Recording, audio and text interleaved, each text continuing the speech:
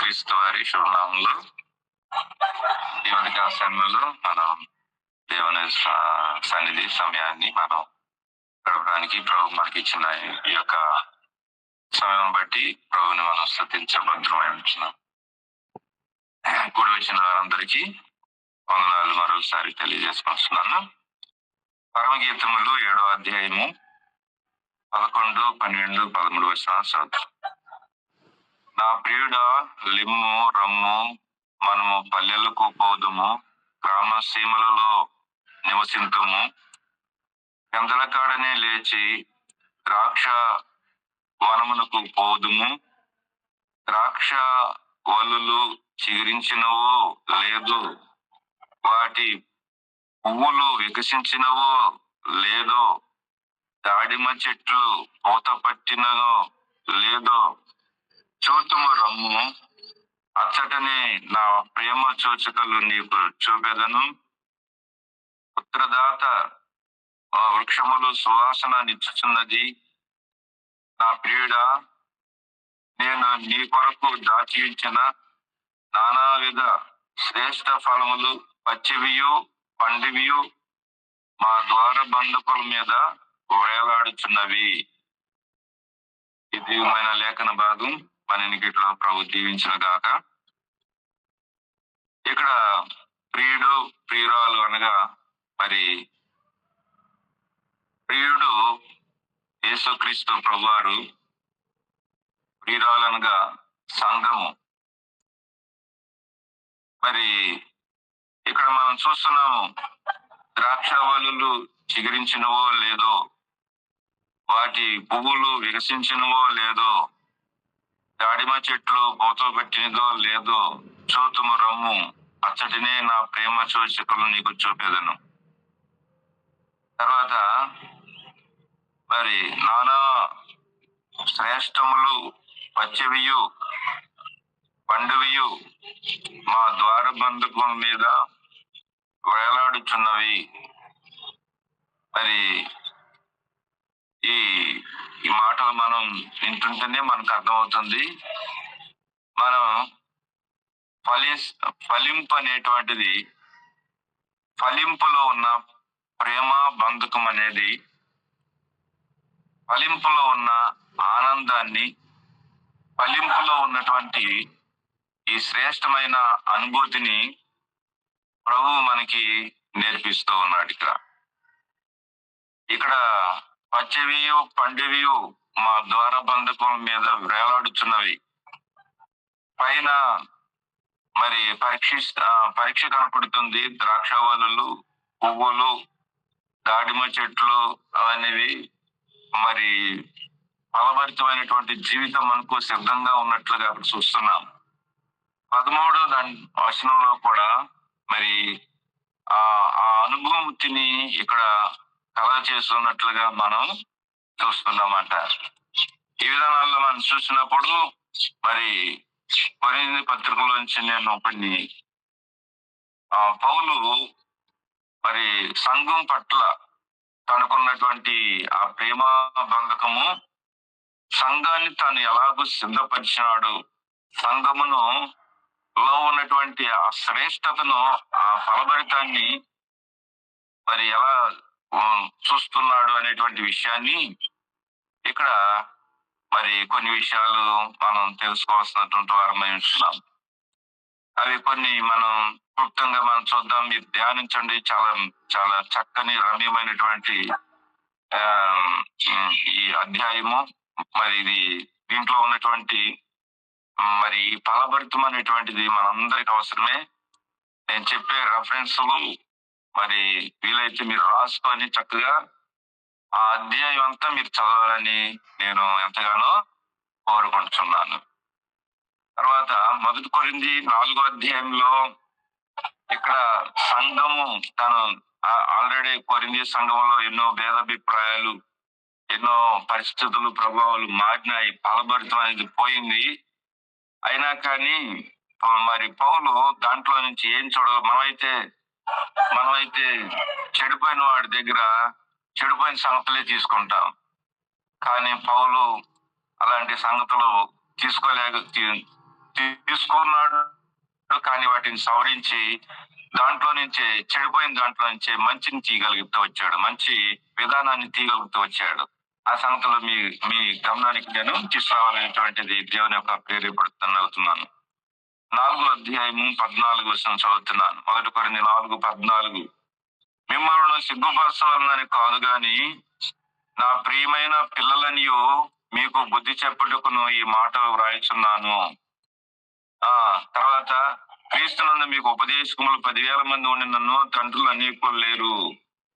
క్రీస్తును యేసునందు సువార్త ద్వారా నేను మిమ్మల్ని కంటిని కనుక మీరు నన్ను పోలి నడుచుకున్న వారై ఉండవాలని మిమ్మల్ని బతిమలాడుకొనుచున్నాను. ఇక్కడ ఒక శ్రేష్టమైనటువంటి మాట, మరి వాళ్ళలో ఉన్న ఫలభరితాన్ని చూడగలుగుతూ వస్తున్నాడు. ఇక్కడ చూస్తాం మనం 1వ అధ్యాయంలో, 2వ అధ్యాయంలో, 3వ అధ్యాయంలో, ఎంతగా 4వ అధ్యాయంలో వాళ్ళ తప్పిదములకు ఎలాంటి ఆన్సర్ ఇచ్చాడో, ఎలాంటి ఆన్సర్ ఇచ్చాడో విషయాలన్నీ కూడా మనం చూడగలుగుతాం. చూస్తున్నా ఎన్ని కూడా మీరు చదివితే. కానీ మిమ్మల్ని ఇవన్నీ చదవట్లేదు కానీ ఒక 4వ అధ్యాయం చదవండి చాలు మీకు. దీంట్లో ఒక శ్రేష్టమైనటువంటి ఫలాన్ని కొరింథీలో ఉన్న సంఘంలో ఉన్నటువంటి ఒక శ్రేష్టమైనటువంటి ఫలాన్ని తను స్వీకరిస్తూ ఉన్నాడు పౌలు. వాళ్ళు ఎన్నో బలహీనతలు, పొరపాట్లు, అవిధేయతలు ఉన్నాయి, కానీ అవి చూడలేదు.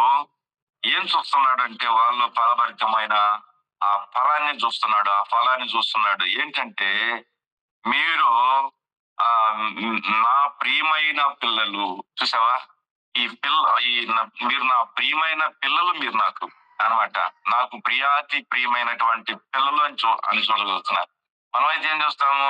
అవతల వ్యక్తిలో ఉన్న లోపాలు చూస్తాం, బలహీనతలు చూస్తాం, మరి ఒడిదుడుకులు చూస్తాం, తొట్టుబాటు చూస్తుంటాం, తర్వాత అట్లా ఇట్లా అనుకుంటుంటాం.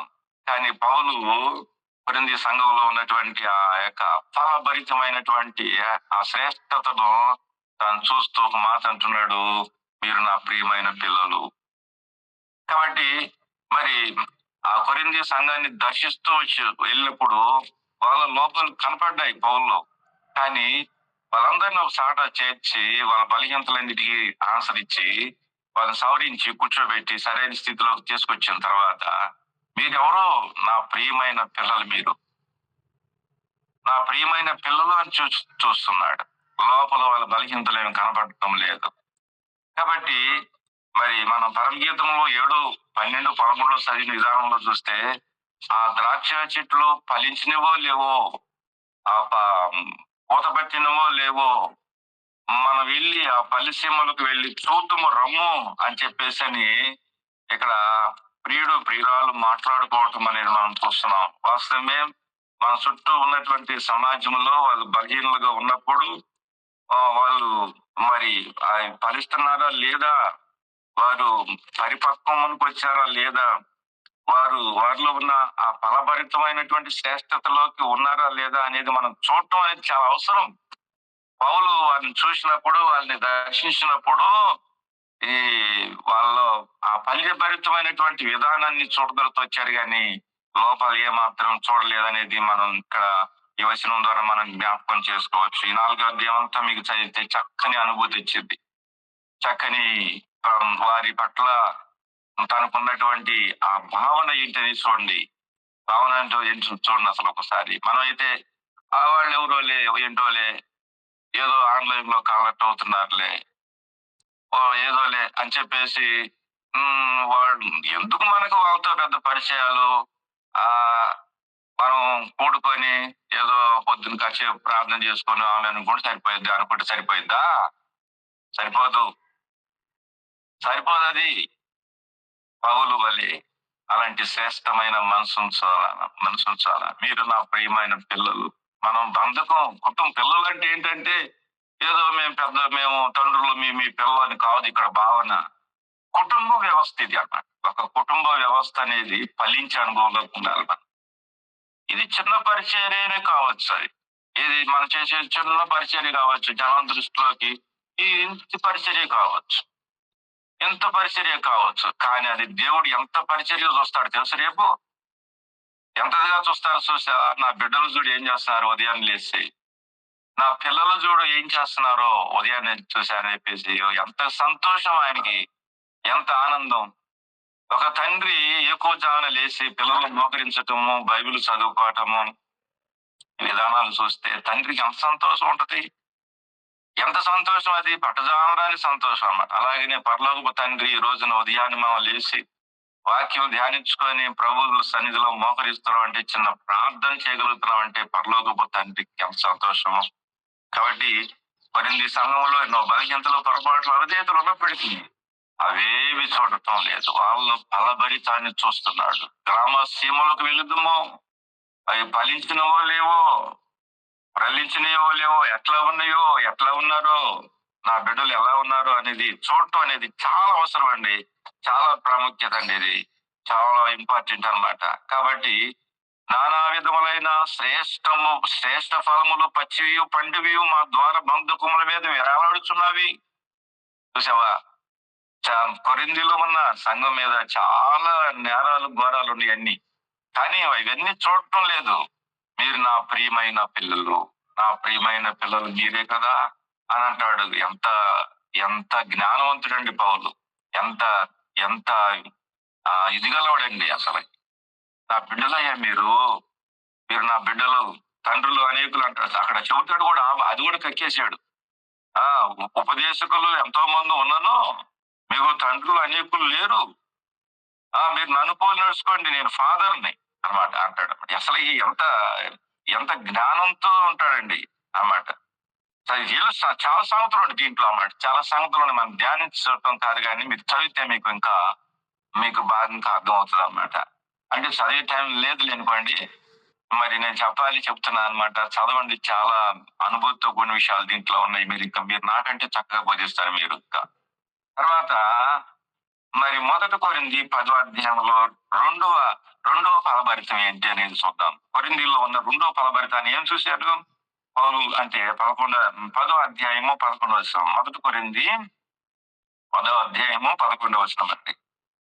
ఈ సంగతులు దృష్టాంతములుగా వారికి సంభవించి యుగాంతమందున్న మనకు బుద్ధి కలుగుటకై వ్రాయబడిను. ఇక్కడ ఏంటంటే, మీరు బుద్ధి తెచ్చుకోండి, బుద్ధిమంతులుగా ఉండండి అని కాదు. ఇక్కడ పాత సంగతులన్నిటినీ, చరిత్ర అంతటిని చూపించి, ఇప్పుడు మనం ఎవరో తెలుసా? బుద్ధిమంతులు మనం. వాళ్ళలాగా మనం చెడిపోయి వాళ్ళం కాదు, వాళ్ళలాగా నాశనం అయ్యేటువంటి వాళ్ళం కాదు, వాళ్ళలాగా అంచెలంచెలుగా చేసిన వాళ్ళు కాదు, వాళ్ళలాగా తినుటకు, త్రాగుటకు, ఆడుటకు, కూర్చుంటకు, లేచినటువంటి వాళ్ళం కాదు మనం. అలాంటి వాళ్ళం కాదు. మనం ఎవరిని? బుద్ధిమంతులు మనం. చూసావా? బుద్ధిమంతులుగా వస్తున్నాడు. చాలాసార్లు మనం ఏమనుకుంటామంటే, ఏదైనా ఒక హెచ్చరిక మాట రాగానే అమ్మో మాకే చెప్పారు ఇదని చెప్పేసి అని ఎంతో ఫీల్ అయిపోతాం అనమాట. నిజంగా ఒక సహవాసం అనేది ఏర్పడిన తర్వాత ఇవన్నీ సహజం. ఒకరినొకరు హెచ్చరిక చేసుకోవటం, ఒకరినొకరు ఖండించుకోవటం, ఒకరినొకరిని ప్రేమించుకోవటం, ఒకరినొకరిని కౌలించుకోవటం అనేది చాలా సర్వసహజం. ఇదంతా కూడా సహజం. చిన్న ఇంట్లో పిల్లలందరూ ఒకటిగా ఉంటారా? ఇంట్లో కమ్యూనిటీ అనేది ఒకటిగా ఉండదు. ఒకసారి కిక్కీసలాటలు, ఒకసారి కాలుగులు ఆటలు, ఒకసారి ఇవి వస్తుంటాయి అన్నమాట. అయినా కానీ మనం ఓ పూట అన్నం తినకుండా మానేసిన తర్వాత మళ్ళీ సెట్ అయిపోతాం అన్నమాట. ఇది కూడా అంతే. మనం ఎవరు కూడా ఒకరినొకరు విద్యాగం చేసుకోవడానికి కుదరదు ఇది అన్నమాట. పౌలు వాళ్ళలో ఏం చూస్తారంటే, ఈ రోజున మీరు బుద్ధిమంతులు, మీరు బుద్ధిని మంతులుగా మీరు దేవుడు ఈ సంగతులన్నీ ముందు మీకు పెట్టాడంటే, మనం ఎవరు అంటే బుద్ధిమంతులుగా ఉండటానికి, మనం బుద్ధిమంతులుగా జీవించడానికి అని అన్నాడు. ఇప్పుడు మీకు బుద్ధి చెప్పటానికి అని అనలేదు. ఇక్కడ మీకు బుద్ధి నేర్పించడానికి మీకు బుద్ధి లేదు అని అంటాను కాదు. మనం బుద్ధిమంతులంగా జీవించడానికి. మనం బుద్ధిమంతులం కాబట్టి దేవుడు అవి నేర్పిస్తున్నాడు. ఎప్పుడైనా సరే బుద్ధి లేనివాడు ఏమి నేర్చుకోలేడు, బుద్ధిమంతుడే నేర్చుకుంటాడు. అందుకని నేర్చుకుంటారు కాబట్టి ఒక తండ్రిగా పౌలు మీరు బుద్ధిమంతులు అన్నట్లుగా ఈ మాటలు చెబుతున్నాడు. వాళ్ళకి చాలా సంగతులు చెబుతున్నాడు. ఎందుకంటే వాళ్ళు ఆల్రెడీ అన్ని విధాలుగా తప్పిపోయారు, చాలా రకాలుగా పడిపోయారండి వాళ్ళు. అందుకనే మనం వాళ్ళలాగా కాదు, మరి వాళ్ళలాగా ఉండి వాళ్ళు ఇటు చేశారు, ఇది చేశారు కాబట్టి ఈ రోజున మనం మీరు బుద్ధిమంతులు మీరు. చూసావా? వాళ్ళ చెడుపని లక్షణాలు తీసుకొని మన ప్రయోజనం లేదండి. ఆత్మీయమైన లక్షణాలు మనం తీసుకోవాలి. మనం బుద్ధిమంతులు మనం. ఎవరు అనుకుంటున్నావు? చాలా మంది "అరే నీకు బుద్ధి లేదురా" అని అంటుంటారు. బుద్ధి లేదనే వాడికి బుద్ధి లేదు. మనకు బుద్ధిమంతులు మనం అండి. ఎవరు అనుకుంటున్నాం మనం? బుద్ధిమంతులు మనం. దేవుడు బుద్ధిమంతుడికే అనేకమైన సంగతులు నేర్పిస్తాడు. బుద్ధి లేనివాడికి ఏం నేర్పిలేడు దేవుడు. దేవుడు కూడా ఏం నేర్పిలేడు. మూర్ఖుడు తన మూర్ఖత చేత నశించిపోతాడని సామెత గ్రంథంలో ఉంది కదా. మనందరికి తెలుసు. కాబట్టి వాడికి బుద్ధి లేదు కాబట్టి వాడు ఏ బుద్ధి మాటలు కూడా నేర్చుకోలేడు. మనం బుద్ధిమంతులం కాబట్టి దేవుడు ఈ సంగతులు మనకు నేర్పిస్తూ ఉన్నాడు అనే విషయాన్ని మనం జ్ఞాపకం చేసుకోవాలి. కాబట్టి రెండో ఫలం ఏంటంటే బుద్ధి అనేటువంటిది వాళ్ళలో ఉంది. అది పౌలు చూశాడు. అది లోపాలు మనమైతే లోపాలు చూస్తామండి. లోపాలు చూస్తాం. మనం లోపాలు చూడకూడదు. క్రైస్తవం దేవుని బిడ్డలంగా కనపడంగానే వారి పలాని వీడు అంటాడు ఇలా అంటారు అని చెప్పేసి అనుకుంటుంటారు. ఇది మానవ బుద్ధి. ఇది ఆత్మీయ బుద్ధి ఏమనుకుంటుందంటే వాళ్ళు ఫైల్లోకి వస్తారు ఎప్పటికైనా సరే. వాళ్ళు వాళ్ళు ఒక లెవెల్లోకి వచ్చేస్తారు. వాళ్ళు ఎదుగుతారు వాళ్ళు అనేటువంటిది మనలో రావాలా. కాబట్టి దేవుడు మనల్ని ఎలాంటి వారిగా చూస్తున్నాడంటే బుద్ధిమంతులుగా చూస్తున్నాడు. బుద్ధిమంతులుగా చూస్తాడు అంటే చివరి వరకు కూడా అన్నమాట. యూదా ఇస్కరియోతు ఉన్నాడు. ఎప్పుడు కూడా లోపంతో చూడలేదు. చాలా సంగతులు నేర్పించాడు అతనికి. చాలా సంగతులు నేర్పించాడు. సో మరి ప్రభు పోతా పోతా కూడా బుద్ధి మాటలు నేర్పించాడు అతనికి. ఇట్లా అయిపోతాం అట్లా అయిపోతా అని చెప్పలేదు ఇప్పుడు కూడా. బుద్ధి మాటలు నేర్పించాడు. కాబట్టి బుద్ధిలోకి రావాలని చూశాడు కానీ తాను రాలేకపోయినాడు. అది అది దేవుడి సంకల్పం. అది అట్లా ఉన్నది. మనం ఏం చేయలేము. అది యోధాలో పశ్చాత్తాపం లేదా? యోధ ఆ విండ్రోకుల విషయంలో పశ్చాత్తాపడలేదా? వాళ్ళ దేవాలయంలో పారేయలేదా? అవి వాటి విషయం నాకేది కనలేదా? తర్వాత తనలో పశ్చాత్తాప మనసు రాలేదా? చాలా సంగతులు ఉన్నాయి ఆయనకి. మరి ఇవన్నీ అట్టొచ్చినాయి. వాడు బుద్ధిమంతుడు అయితేనే కదా వచ్చింది ఇవన్నీ. అది బుద్ధిమంతుడు గారు చూశాడు కానీ ఆ దేవుని నిర్ణయం అనేది అట్లా ఉంది కాబట్టి అది అలా అయిపోయాడు. కాబట్టి రెండవ ఫలభరితం ఏంటంటే మన జీవితంలో బుద్ధిమంతులంగా చేశాడు. మనం బుద్ధిమంతులంగా చేశాడు. మూడోది మనం చూద్దాం. చూడండి 2 కొరింథీ 2వ అధ్యాయము 3వ వచనం చదువుకున్నాం. 2 కొరింథీ 2వ అధ్యాయంలో చాలా సంగతులు 3 సంగతులు రాశాడు. 2 కొరింథీ 2వ అధ్యాయంలోనే. ఈ 2వ అధ్యాయం అంతా మీరు అందరూ చదవాలని మరి ప్రభు పేరట మీకు ఆనబెడుతున్నాను నేను.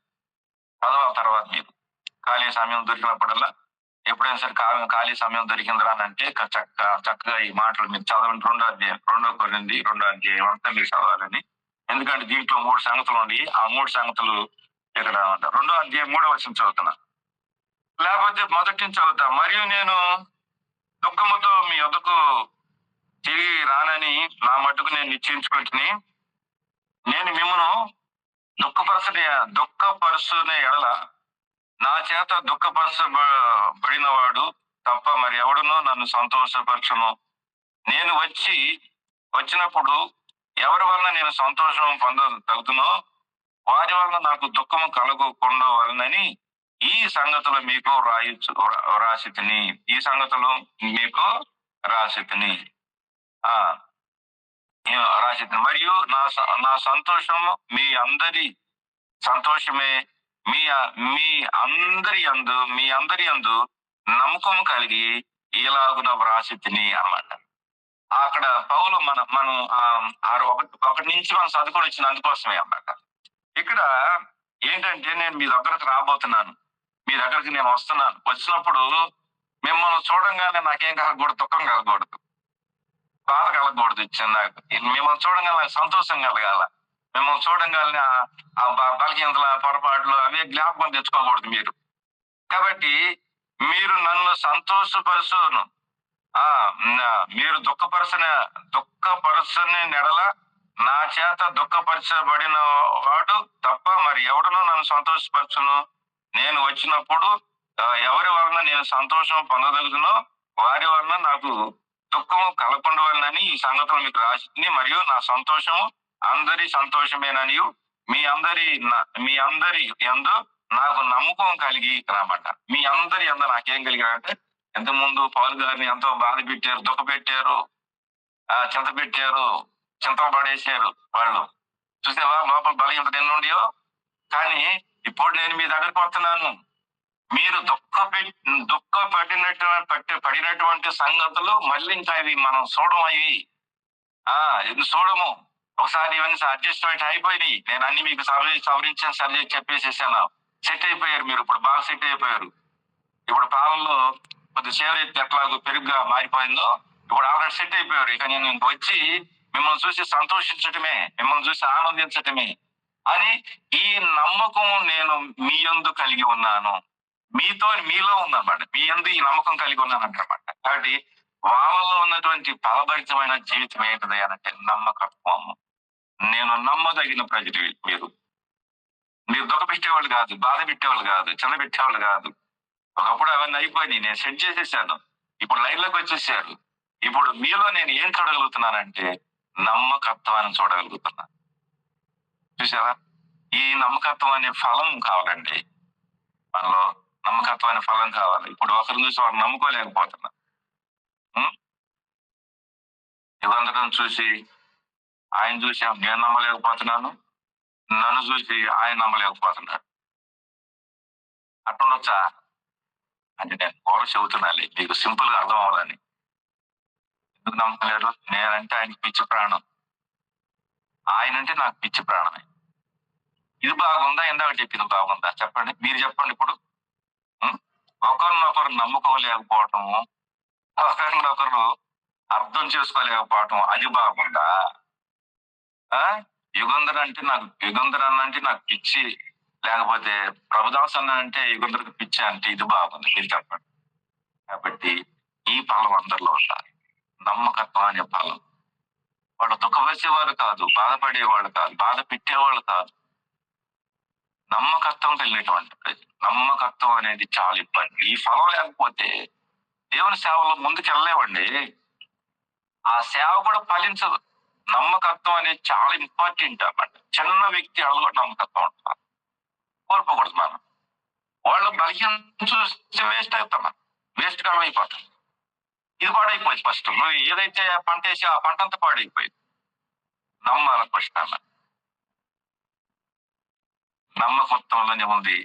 నమ్మకత్వం అనే పనులోనే ఉంది అన్నమాట. అందుకనే ఆ పౌరుని ఎంత బాధ పెట్టారు వాళ్ళు, ఎంత దుఃఖ పెట్టారు, ఎంత చెంత పెట్టారు వాళ్ళు. పౌలు ఎంత సెట్ చేసాడు వాళ్ళని. వాళ్ళు ఇప్పుడు ఏ ఫలం చూస్తున్నానంటే నేను మీ దగ్గరకు వస్తున్నాను, మీలో నేను ఏం చూడబోతున్నానో తెలుసా? నమ్మకత్వాన్ని చూడబోతున్నాను. ఇలా నాకు ఈ నమ్మకం ఉంది. ఇక మమ్మల్ని దుఃఖ పెట్టరు, ఇక మమ్మల్ని చింత పెట్టరు, మమ్మల్ని సందేహంలో పడేరు. కాబట్టి మీరు మమ్మల్ని ఈ నమ్మకం మీలో నాకు కుదిరింది, నాకు సెట్ అయిందని అన్నాడు. ఈ నమ్మకత్వం నాకు మీలో నాలో సెట్ అయిపోయిందని అన్నాడు. ఇది కావా? ఈ ఫలం లేకపోతే ఏది కూడా నిలబడదండి. నువ్వు చేసే ప్రార్థన కూడా నువ్వు చేసే ప్రార్థన కూడా వేస్తే. కాబట్టి నమ్మకత్వం అనే ఫలాన్ని మనం కలిగి ఉండాలి అన్నమాట. తర్వాత ఈ అధ్యాయంలోనే ఒక సంగతి కూడా మనం చూద్దాం. 2వ అధ్యాయం 4 వస్తున్నాం. అక్కడే ఉందండి. 3 నేను చెప్పే కదా, ఈ అధ్యాయంలో 3 మీకు దుఃఖము కలగవలనని కాదు గాని మీ ఎడల నాకు కలిగి ఉన్న అత్యధికమైన ప్రేమను మీకు తెలుసుకునవలనని నిండు శ్రమతోనూ, నిండు వేదనతోనూ, నిండు కన్నీళ్లతోనూ కన్నీళ్లు విడుచుచు మీకు నిన్ను రాసి తిని. ఈ మాటలు మీకు దుఃఖం కలగవాలని కాదు గాని మీ ఎడల నాకు కలిగిన అత్యధికమైన ప్రేమ. ఇది 2వ పదం. ఇప్పుడు వీళ్ళలో ఏం చూస్తున్నాడు పౌలు అంటే ఈ దుఃఖం కలగజేసేది, లేకపోతే ఇంకోటి కలగజేసేది శ్రమ, వేదన, కన్నీళ్లు, ఇవన్నీ దేనికి వస్తున్నాయి పౌలుకి అని అంటే వాళ్ళల్లో ఉన్నటువంటి ప్రేమ అన్నమాట. ప్రేమ అనే ఫలం చూడు. కొరింథీలో ఉన్న సంఘంలో ఉన్న వాళ్ళలో ఉన్న ప్రేమను చూస్తున్నాడు. వీళ్ళు దుఃఖపరిచేవాళ్ళు, మాటికి కన్నీళ్లు పెట్టించేవాళ్ళు, ఏడిపించేవాళ్ళు అని చోట్ల ఇక్కడ వాళ్ళలో ప్రేమను చూస్తున్నాడు. ఇక్కడ ఈ 2వ అధ్యాయం, ఇది 2వ సంగతి అన్నమాట. మొదటిది నమ్మకత్వాన్ని చూశాడు, రెండోది ప్రేమను చూశాడు. ఆ మొదటి అధ్యాయంలో ప్రియమైన పిల్లలుగా చూశాడు. రెండోది బుద్ధిమంతులుగా చూశాడు. కాబట్టి ద్రాడిమ చెట్లు అవి ఫలించుచున్నవో లేవో, పోత పెట్టినవో లేదో, ప్రియుడా లెమ్ము త్వరగా వెళుదాము అని చెప్పేసి ఆ ప్రియుడు ప్రియురాలు మాట్లాడుకుంటున్నట్లు విధానంలో నిజంగా మనం ఈ అనుభూతులు ఈ చుట్టూ ఉన్నటువంటి సమాజంలో మరి నీ సంఘస్థుల మధ్య నీవు ఉన్నప్పుడు నీవు వాళ్ళ విషయాల్లో ఎలాగో మరి మరి నువ్వు బిహేవ్ చూపిస్తున్నావు అనేది చాలా ఇంపార్టెంట్. కాబట్టి ఈ లక్షణాలను మనం పౌలు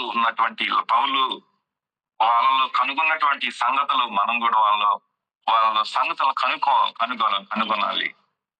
రోజు చాలా మంది పిల్లల్ని ఎలా ట్రైనింగ్ చేసి పిల్లలకి అదే చదువులు పెట్టి ఆ చదువుల్లోనే వాళ్ళు గొప్పగా స్థితికి తీసుకెళ్ళినటువంటి తల్లిదండ్రులు ఎంతో మంది ఉన్నారు.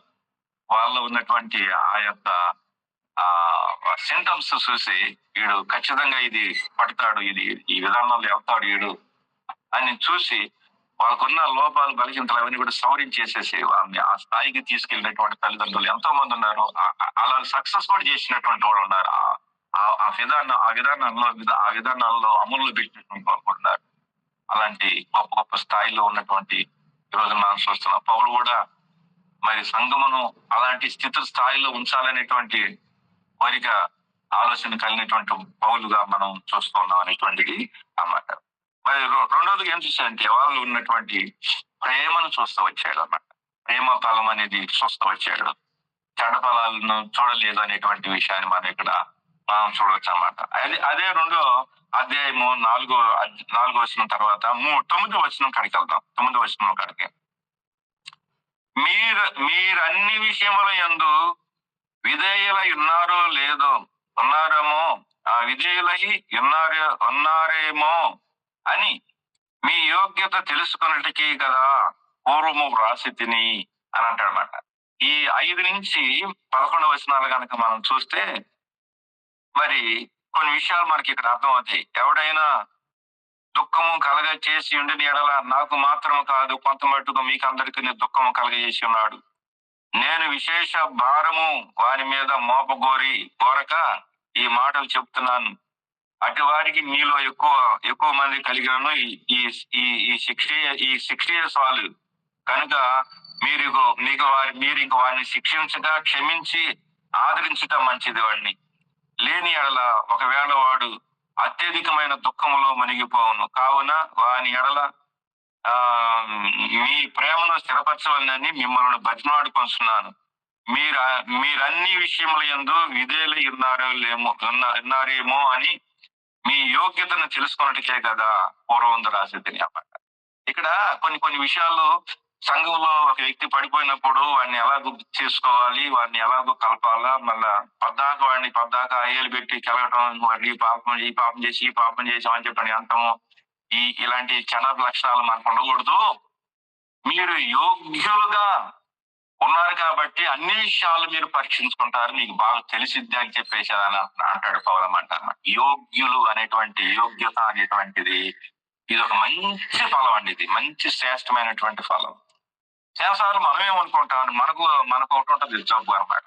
ఎప్పుడు నేనే యోగ్యుడిని, నేనే దీంట్లో, నేనే ముందు, నేనే హీరో, నేనే జీరో, ఈ కథలను మానుకోవాలి. ఇలాంటి పరిస్థితులు ఉంటే చాలా మంది వెనకబడిపోతారు. నీకంటే యోగ్యులు కూడా పోతారు వెనక్కి.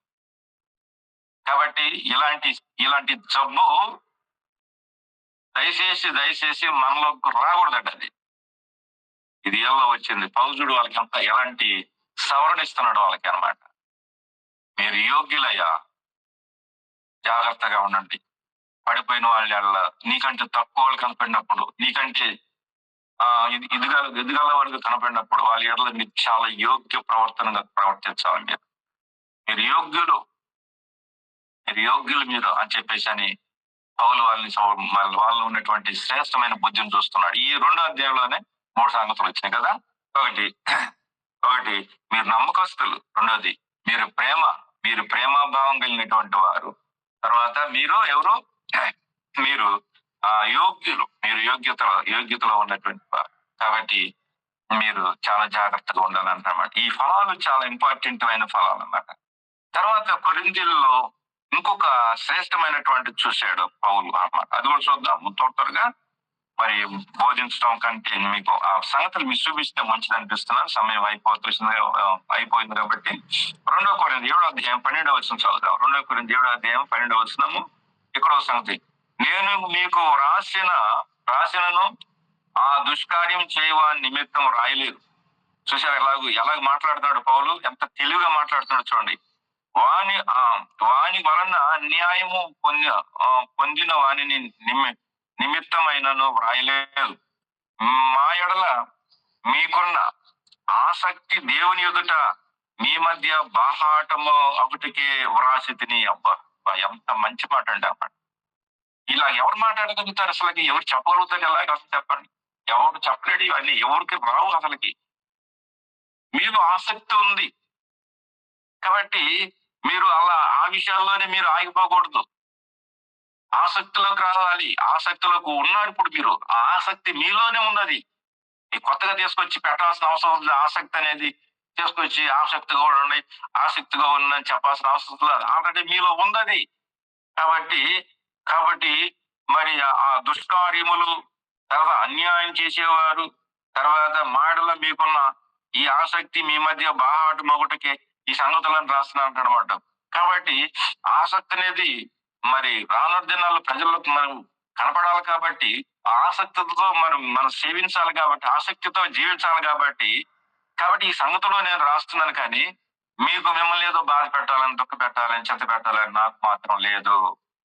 మీలో ఉన్న ఆ ఆసక్తిని బయటికి తీసుకురండి. ఎన్ని పనులు జరుగుతాయో చూడండి, ఎన్ని కార్యాలు జరుగుతాయో చూడండి, ఎన్ని అద్భుతాలు జరుగుతాయో చూడండి అని పౌలు వారిని పదే వాళ్ళని మాట్లాడుతూ ఉన్నాడు. కాబట్టి వాళ్ళలో మరో ఫలాన్ని, అది 6 ఫలం చూస్తున్నాడు. ఆసక్తి ఉందో, ఆసక్తి అనే ఫలం ఉందంటే వాళ్ళు అది చూసాడు పౌలు. ఈ ఆసక్తిని మీరు కనపరచాలని నేను ఈ సంగతులు మీకు తెలియజేస్తున్నాను అంటున్నాడు పౌలు ఇక్కడ. అసలు ఎలా మాట్లాడుతున్నాడు చూడండి పౌలు అన్నమాట. కాబట్టి చూస్తున్నాడు వాళ్ళలో ఉన్నది సంగతులు. మనమైతే పట్టించుకుంటామా? మనమైతే ఎదుటోడిని కూడా పట్టించుకోమే. మనం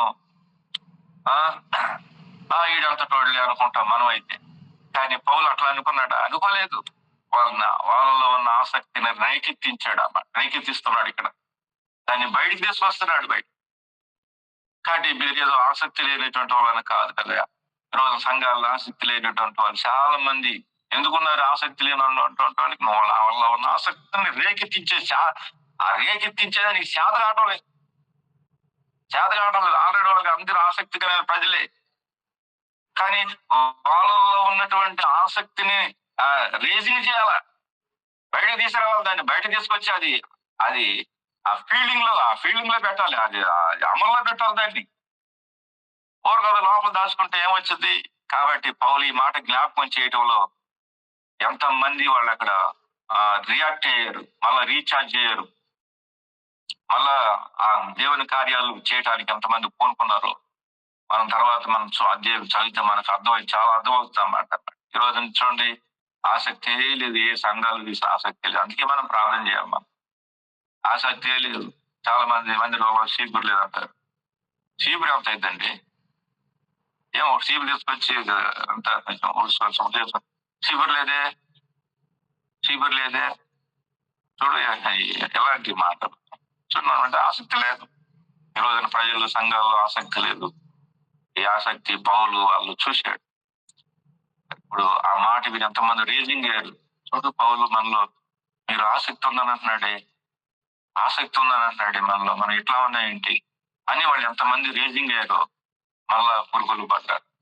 కొన్ని బ్యాటరీ నుండి మంచి బ్యాటరీలే వాటిని పట్టించుకోబోయేపాటికి అవి ఛార్జింగ్ దిగిపోతా ఉంటాయి. మళ్ళా వాటిని కొద్దిగా శుభ్రం కడిగి కొంచెం వాటర్ పోసి లెవెల్ ప్రకారం వాటర్ పోసేసి మళ్ళీ తిరిగి ఛార్జింగ్ పెడితే చక్కగా వాడబడతాయి. 4 గంటలు వాడుకుంటే చాలు, 3 గంటలు వాడుకుంటున్నా చాలు, 2 గంటలు వాడుకుంటున్నా చాలు. అది ఆసక్తి అంటే. అది ఆసక్తి లేకుండా వారు ఏం చేస్తారని చెప్పండి? ఏం చేయలేదు మనం. కాబట్టి ఈ విషయాన్ని మనం జ్ఞాపకం చేసుకోవాలి. చివరగా ఇంకొక మాట చదువుతాను వాళ్ళని అన్నమాట. 2 కొరింథీ 13 అధ్యాయము 10 వచనం. 2 కొరింథీ 13 అధ్యాయము 10 వచనం చదువుతున్నాను. కాబట్టి నేను మీ యొద్దకు వచ్చినప్పుడు పరదోయుటకు కాక మిమ్మల్ని కట్టుటకే ప్రభు నాకు అనుగ్రహించిన అధికారం చొప్పున కాఠిన్యముగా కనపరచుకున్నట్లు దూరముగా ఉండగానే ఈ సంగతులను మీకు వ్రాయిస్తున్నాను అన్నమాట. ఇక్కడ పడగొట్టుట, కట్టుట అనే సంగతులు వచ్చినాయన్నమాట. ఇప్పుడు పౌలు ఎన్ని చెప్పిన తర్వాత ఒక మాట అంటున్నాడు, మీలో ఇక కట్టట బిల్డింగ్ అన్నమాట. స్టెప్ బై స్టెప్ బిల్డింగ్ అన్నమాట. ఇప్పుడు మీరు ఇక గుడిసెలో ఇక బాగలో ఉండడానికి వీలేదు. మీరు ఇక కట్టండి ఇక అని అంటున్నాడు. కట్టండి. మనం కట్టడానికి సంగతి ఇవన్నీ కూడా మనం ఎందుకు చేసుకున్నామంటే మనం కట్టబడాల. ప్రభు వచ్చేవాడికి మన బిల్డింగ్ అనేది సరిగ్గా ఉండాలి. మన రూపం అనేది, మన ఆత్మీయత అనేది, మన పరిశుద్ధత అనేది, మన విశ్వాసత అనేది బిల్డింగ్ కావాలన్నమాట. బిల్డింగ్ కావాలి. బిల్డింగ్ కాకపోతే ఇంకా గుడిసెలో ఉంటే ఆయన సంతోషించలేడు. ఈయన ఇల్లు కట్టుకోకుండా అట్టే ఉన్నాడు, ఇంకా గుడిసెలోనే ఉన్నాడు ఏంట్రా అని అనుకుంటాడు. నీ ఇల్లులో ఉంటే చూడటం నాకు ఇష్టం అవుతుందా, లేకపోతే నువ్వు గుడిసెలో ఉంటే చూడటం నాకు ఇష్టం అవుతుందా?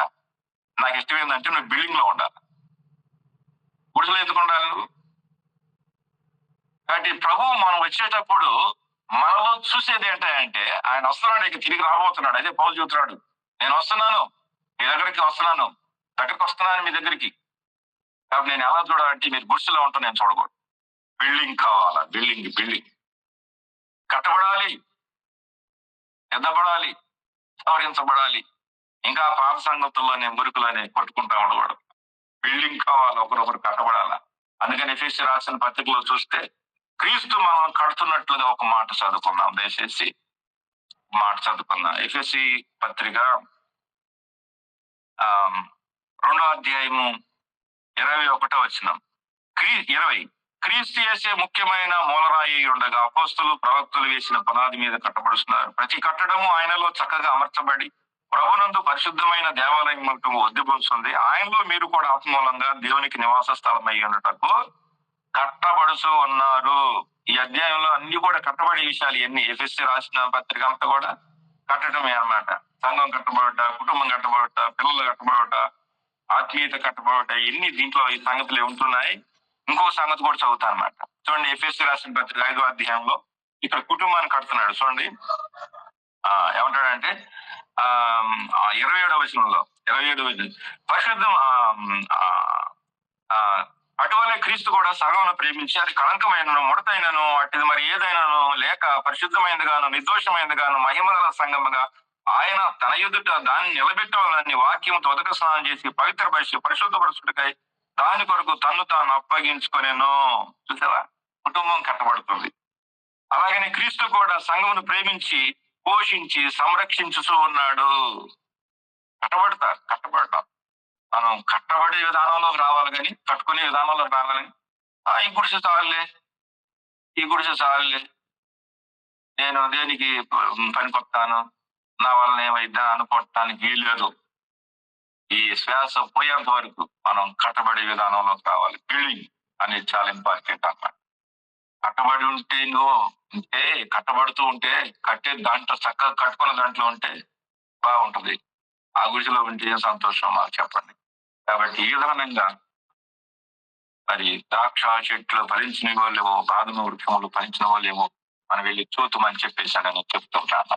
దేవుడు ఇచ్చిన భాగంలో దీవించి ఆశ్రయించడం దాకా ఈ సమయాన్ని మనకు ఎంతో దీవెనకరంగా చేయండి. Praise lord.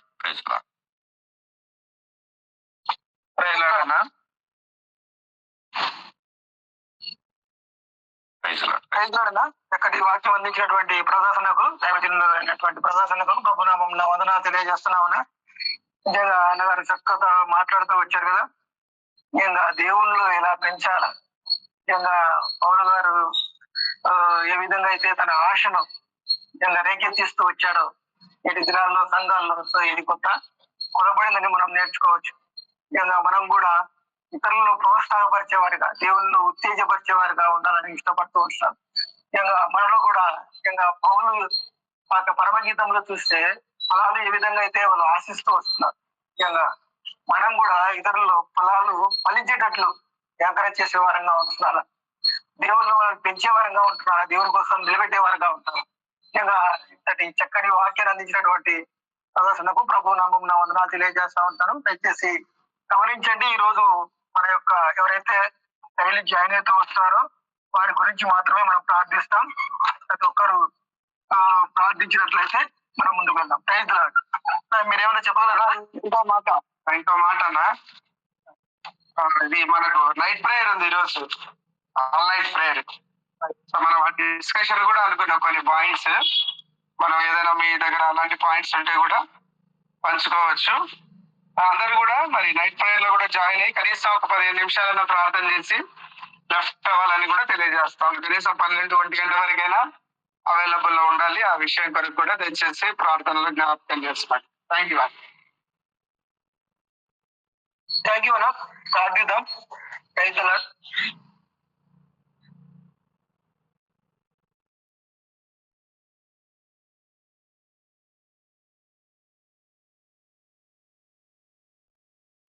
మమ్మల్ని మిగిలిగా ప్రేమించిన మా ప్రియ పరలోక తండ్రి, మీ యొక్క ఉన్నతమైన శ్రేష్టమైన నామానికి వందనాలు, స్తుతులు, స్తోత్రాలు చెల్లిస్తున్నాం నాయన.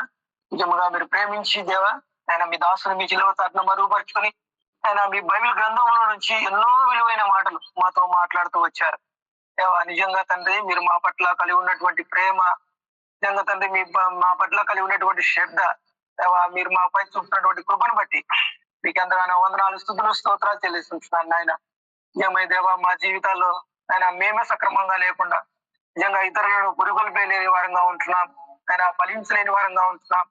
నిజంగా తండ్రి మాలో ఉన్నటువంటి లోపాలను మేము సరి చేసుకుని తండ్రి మీ కొరకు జీవించే పిల్లలుగా ఉండటానికి మీరే కృప చూపించమని ప్రార్థిస్తున్నాం ప్రభు. వందనాలు. నిజంగా ఆయన పౌలు గారి ద్వారా ఎన్నో మాట్లాడుతూ వచ్చారు, ఎన్నో సంఘాలు బలపరుస్తూ ఆయన ఎంతగానో ఆయన వాళ్ళు ప్రేమను చూస్తూ నిజంగా తండ్రి వాళ్ళు ఉన్నటువంటి ఆయన కోపగించకుండా వాళ్ళు ఎంతగానో ప్రేమతో దగ్గర చేస్తూ సంఘాలు కడుతూ ఆయన ఎన్నో మిషనరీ జర్నీ చేసినటువంటి అయినటువంటి పౌలు గారిని చూపిస్తూ వచ్చారు. మీకు ఎంతగానో వందనాలు, స్తుతులు, స్తోత్రాలు చెల్లిస్తున్నాం దేవా. అలా మేము కూడా ఉండటానికి ఆయన మా జీవితాల్లో ప్రతిదీ సంఘంలో ఆయన చేసే కుటుంబంలో అయితేనేమి, సువార్తలు ప్రకటించే విషయంలో అయితేనే ప్రభు మీ కొరకు జీవించే పిల్లలుగా మీ కొరకు యోధులు తయారు చేయడానికి ఆయన వారి కృపలు కావడానికి ఆయన మీరు కృప చూపించమని ప్రార్థిస్తున్నాం ప్రభు. సహాయం చేయండి. ఇంతటి చక్కటి వాక్యాన్ని అందించినటువంటి దైవజనులు ఆయన ప్రభాసన గారికి జ్ఞాపకం చేసుకుని ప్రభు ఆయన ఉమ్మడి ప్రాంతంలో ఉంటూ ఎవరైనా కొరకు సేవ చేస్తున్నగా దీవించి